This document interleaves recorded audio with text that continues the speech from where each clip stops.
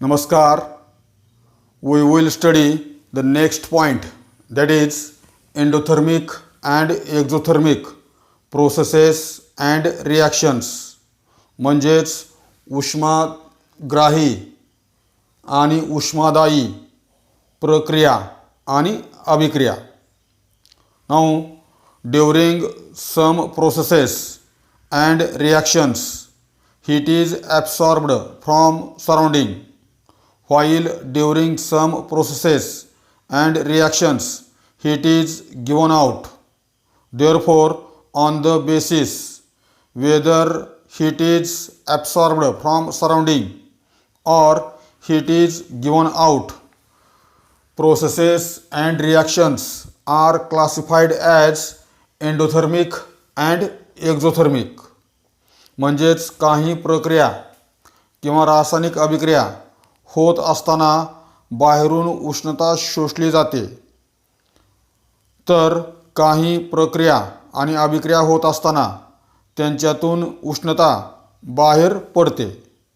त्यामुळं प्रक्रिया आणि अभिक्रिया होत असताना उष्णता शोषली जाते का उष्णता बाहेर पडते यानुसार प्रक्रियांचं आणि अभिक्रियांचं वर्गीकरण उष्माग्राही आणि उष्मादायी अशा दोन गटामध्ये केलेलं आहे.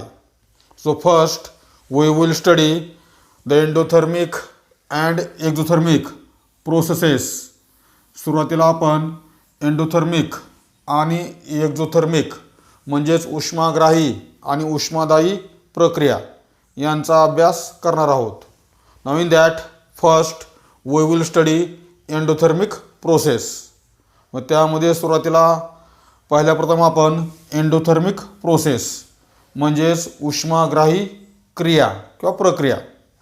So definition: a physical process in which heat is absorbed from outside is called endothermic process.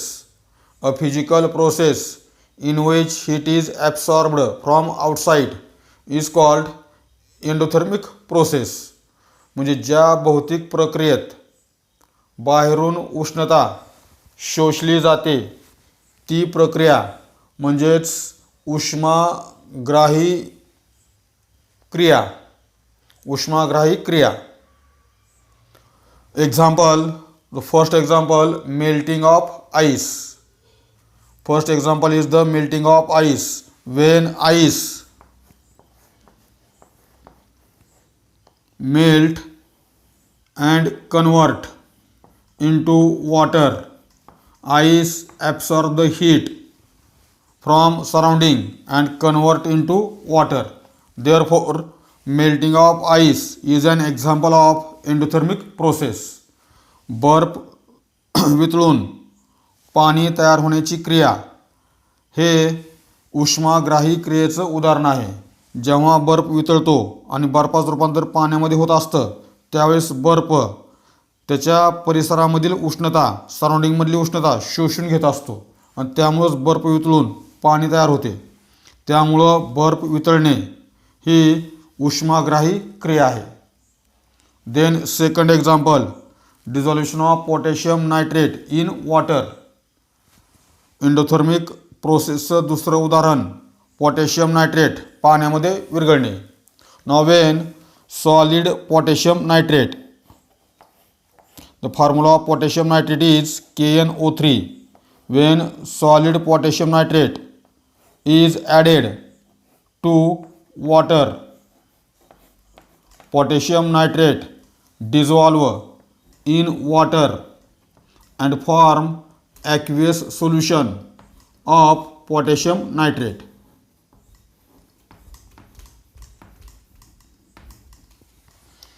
When potassium nitrate is added to water, potassium nitrate dissolve in water and form aqueous solution of potassium nitrate. Now when potassium nitrate dissolve in water, potassium nitrate absorb the heat from water and therefore the temperature of resulting solution, that is aqueous solution of potassium nitrate, falls down. When potassium nitrate dissolve in water, it absorbs the heat from water and therefore temperature of aqueous solution of potassium nitrate falls down. जर आपण potassium nitrate पाण्यामध्ये टाकलं तर potassium nitrate पाण्यामध्ये विरघळतं आणि potassium नायट्रेटचं जलीय द्रावण तयार होतं. पण जेव्हा पोटॅशियम नायट्रेट पाण्यामध्ये विरघळत असतं त्यावेळेस पोटॅशियम नायट्रेट पाण्यातील उष्णता शोषून घेतं. त्यामुळं पोटॅशियम नायट्रेटचे जलीय द्रावण तयार झाले त्या द्रावणाचं तापमान कमी होतं. And therefore dissolution of potassium nitrate is an example of endothermic process, because when potassium nitrate dissolve in water it absorbs the heat from water. Now here we can see the activity of dissolution of potassium nitrate in water. So let us see the activity based on dissolution of potassium nitrate in water. Now let us see the activity on dissolution of potassium nitrate. Dissolution of potassium nitrate is an example of endothermic process. The dissolution of potassium nitrate is carried out in plastic bottle because plastic is an insulator of heat and therefore the dissipation of heat can be prevented during dissolution process. आपण या ठिकाणी potassium nitrate पाण्यामध्ये विरघळणे या क्रियेचा अभ्यास करत आहोत. पोटॅशियम नायट्रेट पाण्यामध्ये विरघळणे ही उष्माग्राही प्रक्रिया आहे आणि पोटॅशियम नायट्रेट पाण्यामध्ये विरघळवण्यासाठी आपण इथं प्लॅस्टिकच्या बॉटलचा उपयोग करत आहोत. याचं कारण प्लॅस्टिक हे उष्णतेचं दुर्वाहक आहे. त्यामुळं डिझॉल्युशन प्रोसेस म्हणजे विरघळण्याची क्रिया होत असताना या ठिकाणी उष्णतेचा ऱ्हास टाळता येतो. इथे जी उष्णता तयार होईल तर त्या उष्णतेचा ऱ्हास टाळण्यासाठी प्लॅस्टिक बॉटलचा उपयोग केलेला आहे, कारण प्लॅस्टिक हे उष्णतेचं दुर्वाहक आहे. So first take the water in plastic bottle and then measure the temperature of water.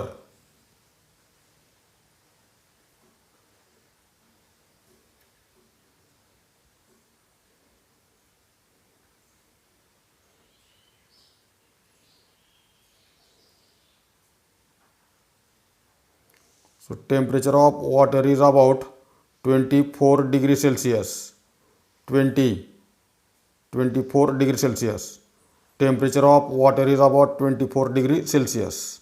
Now add the potassium nitrate to the water. पाण्याचं तापमान 24 डिग्री सेल्सिअस आहे. आता आपण पाण्यामध्ये पोटॅशियम नायट्रेट टाकत आहोत.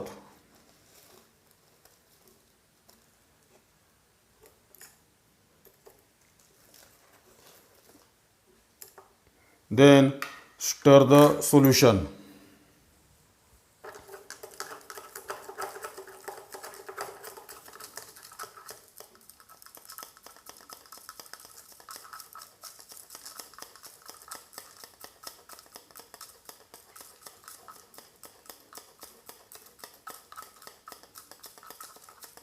When potassium nitrate is added to water, potassium nitrate dissolve in water and form aqueous solution of potassium nitrate. Now potassium nitrate is completely dissolved in water. Now we measure the temperature of aqueous solution of potassium nitrate.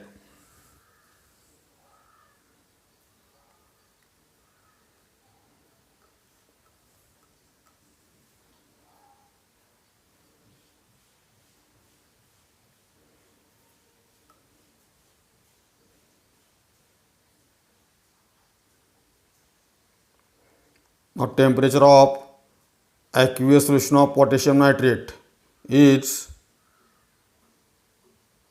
10 degrees Celsius, then 15, 16, 17 degrees Celsius.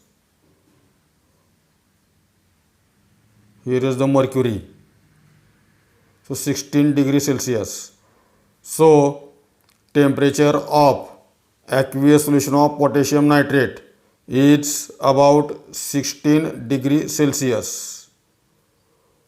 Potassium नायट्रेटच्या पाण्यातील द्रावणाचं तापमान या ठिकाणी 16 degree Celsius आहे. The temperature of pure water is about 24 degree Celsius and temperature of aqueous solution of potassium nitrate is about 16 degree Celsius. It means when potassium nitrate dissolve in water, potassium nitrate absorb the heat from water and therefore the temperature of resulting solution decreases. Hence, dissolution of potassium nitrate is an example of endothermic process. पाण्याचं तापमान 24 degree Celsius होतं. आपण पाण्यामध्ये potassium nitrate टाकलं, potassium nitrate पाण्यामध्ये विरघळलं आणि जे द्रावण तयार झालं त्या द्रावणाचं तापमान बघितलं तर ते द्रावणाचं तापमान आहे 16 डिग्री सेल्सिअस.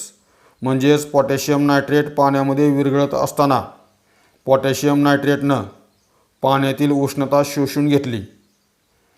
त्यामुळं पोटॅशियम नायट्रेट पाण्यामध्ये विरघळणे ही उष्माग्राही क्रिया आहे. Now we will study the second type of process, that is exothermic process.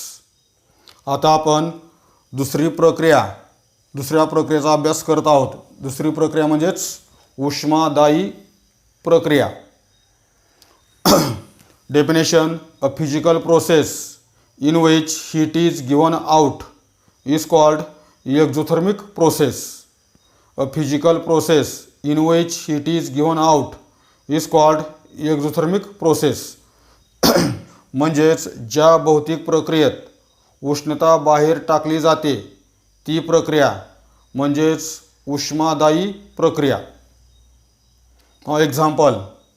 So first example, formation of ice from water. पाण्यापासून बर्फ तयार होणे हे उष्मादायी क्रियेचं उदाहरण आहे. बिकॉज ह्याचं कारण, Wien water freezes it convert into ice, and when water freezes it given out heat. When water freezes, the heat is given out. And therefore, formation of ice from water is an example of exothermic process. When water freezes, heat is given out. जेव्हा पाणी गोठतं आणि पाण्याचा बर्फ होतो त्यावेळेस पाण्यातून उष्णता बाहेर पडते.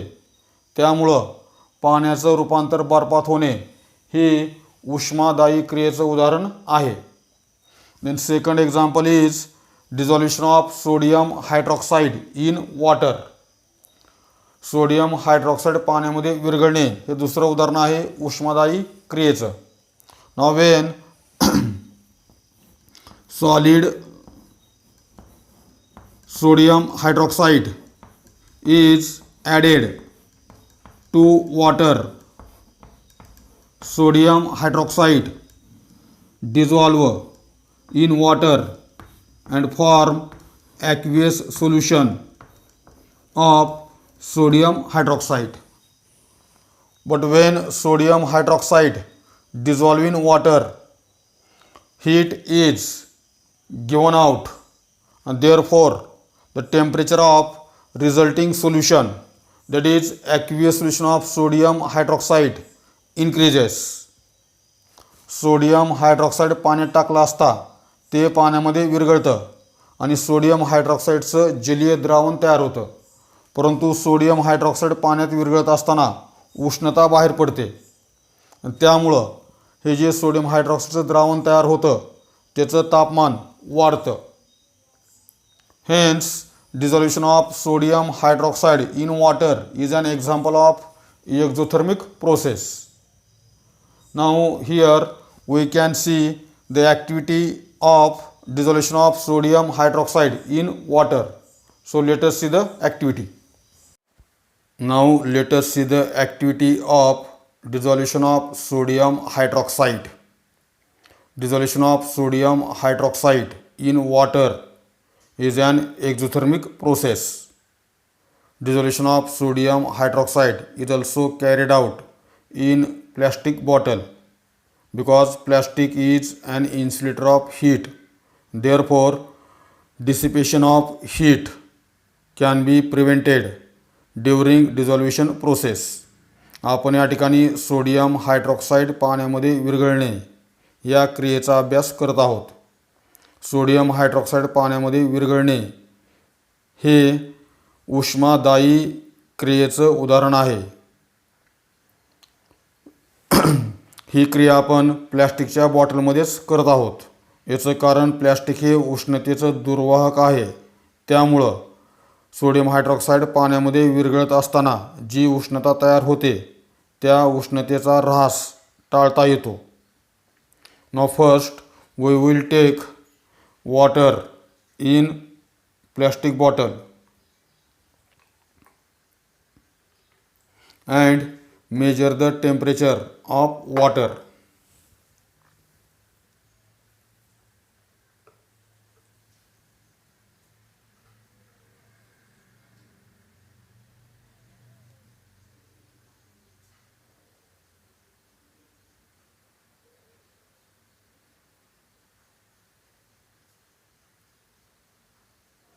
So here temperature of water is about 25 degrees Celsius. Temperature of water is about 25 degrees Celsius. Now we add the sodium hydroxide to water. This is the sodium hydroxide. Now we add sodium hydroxide to the water.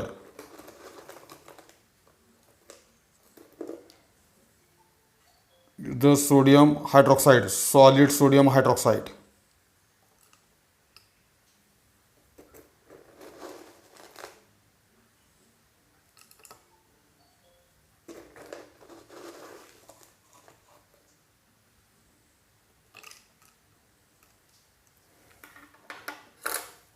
When sodium hydroxide is added to water, sodium hydroxide dissolve in water and form aqueous solution of sodium hydroxide.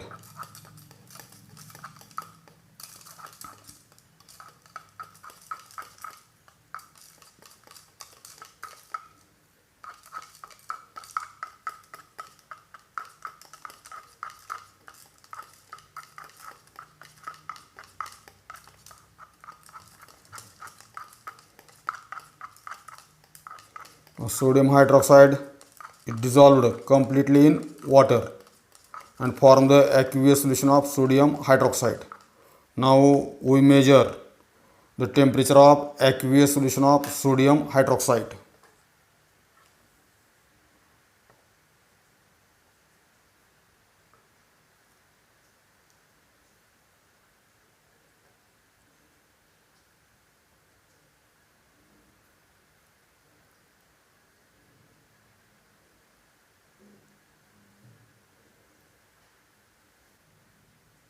Here is a 40, 45 and here is the mercury. So temperature of aqueous solution of sodium hydroxide is about 43 degrees Celsius. The temperature of aqueous solution of sodium hydroxide is about 43 degrees Celsius. The temperature of pure water is 25 degrees Celsius. And temperature of aqueous solution of sodium hydroxide is about 43 degrees Celsius.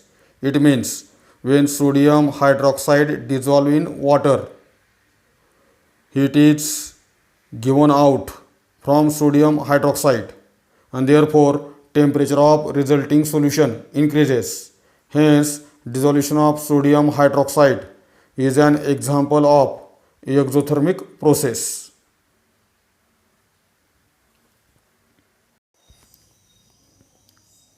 Then the third example of exothermic process is dissolution of sulfuric acid in water. When sulfuric acid is added to water, sulfuric acid dissolve in water. When sulfuric acid dissolve in water, heat is given out, and therefore dissolution of sulfuric acid in water is an example of exothermic process. Sulphuric acid पाण्यामध्ये टाकलं असता sulphuric acid पाण्यामध्ये विरघळतं. Sulphuric acid पाण्यामध्ये विरघळत असताना उष्णता बाहेर पडते. त्यामुळं सल्फ्युरिक ॲसिड पाण्यामध्ये विरघळण्याची क्रिया हे उष्मादायी क्रियेचं उदाहरण आहे. There is a one reason on the basis of dissolution of sulphuric acid, and the reason is when dilute sulfuric acid is added from concentrated sulfuric acid. Acid is added to water with constant stirring. When dilute sulfuric acid is prepared from concentrated sulfuric acid, acid is added slowly to the water with constant stirring. म्हणजेच सहंत आम्लापासून विरल sulphuric आम्ल तयार करत असताना सहन sulphuric आम्ल पाण्यामध्ये ओततात आणि पाण्यामध्ये ओतत असताना ते द्रावण सतत ढवळत राहतात. हे कारण आहे. ते कारणात आपण पाहणार आहोत. When dilute sulfuric acid is prepared from concentrated sulfuric acid, water is not added to acid, but acid is added to water with constant stirring.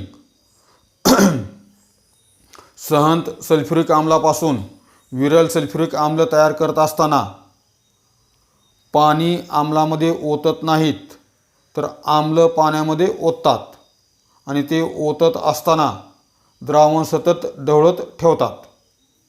हे आपण कारण आता पाहतोय. So here reason is given. Dissolution of sulphuric acid in water is highly exothermic process.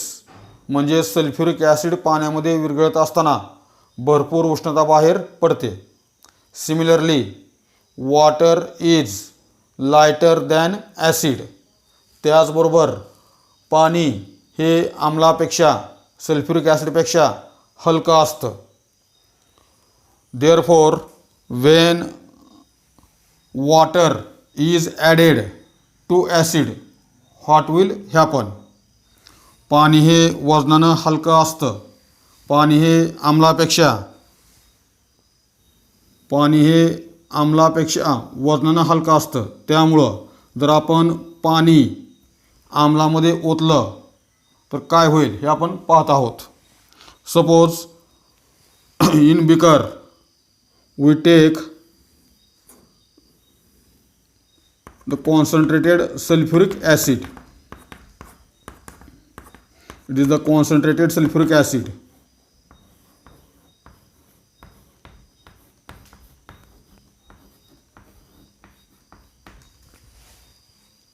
Now when we add the water to acid,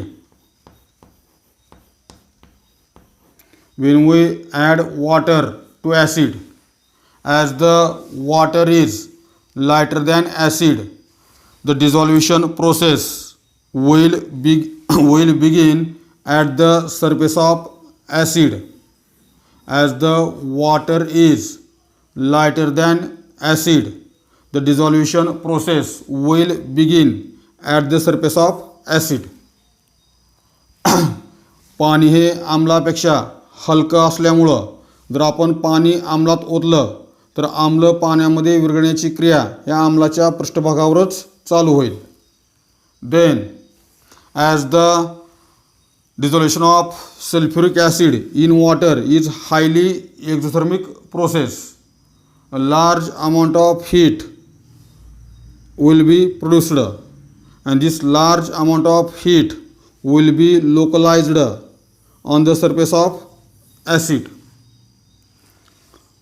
sulphuric acid पाण्यामध्ये विरघळण्याची क्रिया उष्मादायी असल्यामुळं sulphuric acid पाण्यामध्ये विरघळत असताना भरपूर उष्णता बाहेर पडेल, आणि ती बाहेर जी उष्णता पडली ती सर्व उष्णता या आम्लाच्या पृष्ठभागावरच जमा होईल. कारण पाण्यामध्ये आम्ल विरघळण्याची क्रिया फक्त पृष्ठभागावरच होत आहे, ती खाली कुठेही होत नाही. इथं आम्लामध्ये हे फक्त पृष्ठभागावर होत आहे.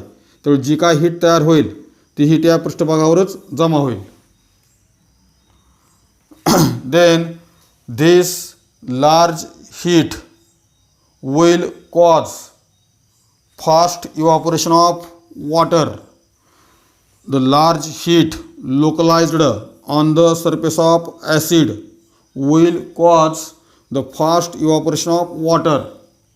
इथे जे भरपूर उष्णता जमा झाली त्या उष्णतेमुळं इथे जे आपण पाणी ॲड करतो त्या पाण्याचं वेगानं बाष्पीभवन होईल, म्हणजे पाण्याचं रूपांतर वाफेत होईल. ॲज अ रिझल्ट, मग त्यामुळं काय होईल? As a result this acid will spurt. Acid will spurt along with stream of water. As a result, acid will spurt along with water stream. इथं पाण्याचं वेगानं बाष्पीभवन होत असल्यामुळं हे जे आम्ल आहे ते आम्लही उफाळून पाण्याच्या वाफेबरोबर बाहेर येईल. हे आम्लही पाण्याच्या वाफेबरोबर उफाळून बाहेर येईल. This will cause the accident and injury to the experimenter. This will cause the accident and injury to the experimenter. जर ॲसिड उफाळून बाहेर आलं तर जो व्यक्ती आम्लामध्ये पाणी ओततो त्या व्यक्तीला त्या ठिकाणी इजा होऊ शकते, त्या ठिकाणी अपघात होईल, आणि अपघात होऊन ते पाणी ओतणाऱ्या व्यक्तीला इजा होऊ शकते. Therefore, while preparing the dilute sulfuric acid from concentrated sulfuric acid, water is not added to acid. त्यामुळं सहन सल्फ्युरिक आम्लापासून विरल सल्फ्युरिक आम्ल तयार करत असताना पाणी आम्लामध्ये ओतत नाहीत, हे कारण आहे acid.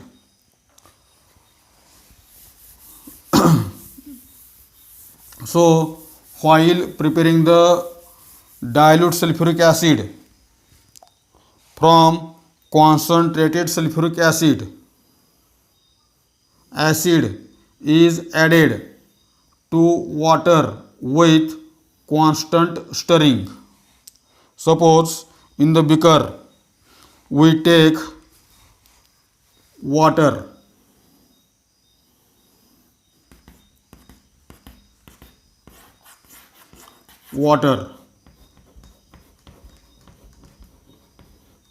It is the glass rod.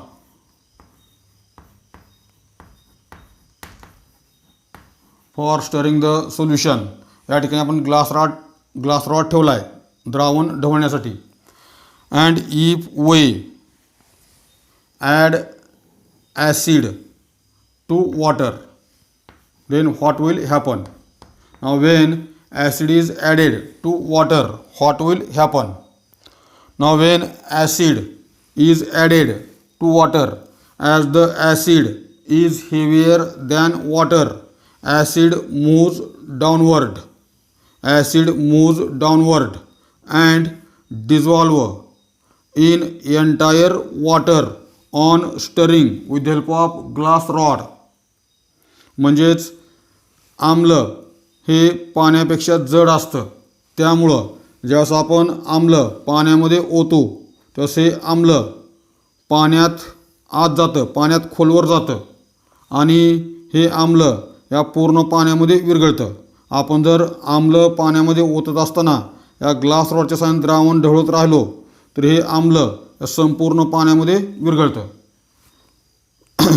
And therefore the the dissolution process take place throughout the solution. आणि त्यामुळं dissolution of acid in water take place throughout the solution. त्यामुळं आम्ल पाण्यामध्ये विरघळण्याची क्रिया ही संपूर्ण द्रावणात होते. संपूर्ण द्रावणात, संपूर्ण पाण्यात हे ॲसिड पाण्यामध्ये विरघळतं. आणि therefore the produced heat is distributed throughout the solution. The produced heat is distributed throughout the solution and is not localized in small region. आम्ल पाण्यामध्ये विरघळण्याची क्रिया ही संपूर्ण द्रावणामध्ये होत असते. त्यामुळं जी उष्णता तयार होते ती संपूर्ण उष्णता या द्रावणामध्ये डिस्ट्रीब्यूट होते, सर्व द्रावणात पसरते. ती एकाच ठिकाणी जमा होत नाही. जसं मग आम्लाच्या पृष्ठभागावर उष्णता जमा झाली होती तसं इथं उष्णता संपूर्ण द्रावणात पसरते. and therefore here accident is avoided. आणि त्यामुळे इथं अपघात टाळता येतो, कारण जी उष्णता तयार होते ती उष्णता संपूर्ण द्रावणात पसरते, कारण आम्ल पाण्यामध्ये विरघळण्याची क्रिया संपूर्ण पाण्यामध्ये होत आहे. hence therefore while preparing the dilute sulfuric acid from concentrated sulfuric acid, the acid is added to water with constant stirring. तर याप्रमाणे रिझन आहे. आम्ल पाण्यापेक्षा जड असल्यामुळं जेव्हा आपण आम्ल पाण्यामध्ये ओततो त्यावेळेस ते आम्ल पाण्यामध्ये खोलवर जातं आणि आपण ग्लास रॉडच्या साहाय्याने ज्यावेळेस द्रावण ढवळतो त्यावेळेस हे आम्ल संपूर्ण पाण्यामध्ये विरघळतं. त्यामुळं जी उष्णता तयार होते ती उष्णता संपूर्ण द्रावणात पसरते, ती एकाच ठिकाणी जमा होत नाही. आणि त्यामुळं या ठिकाणी ॲसिड बाहेर येण्याची शक्यता नसते, त्यावेळी तो अपघात होत नाही. तर याप्रमाणे कारण आहे. Hence here we see the reason.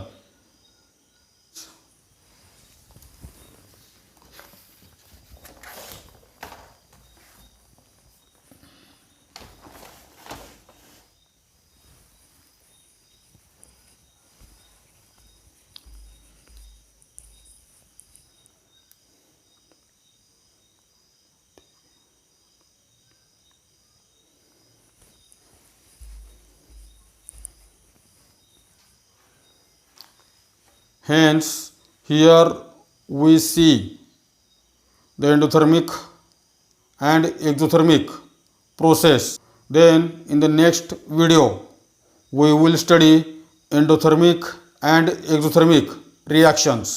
धन्यवाद.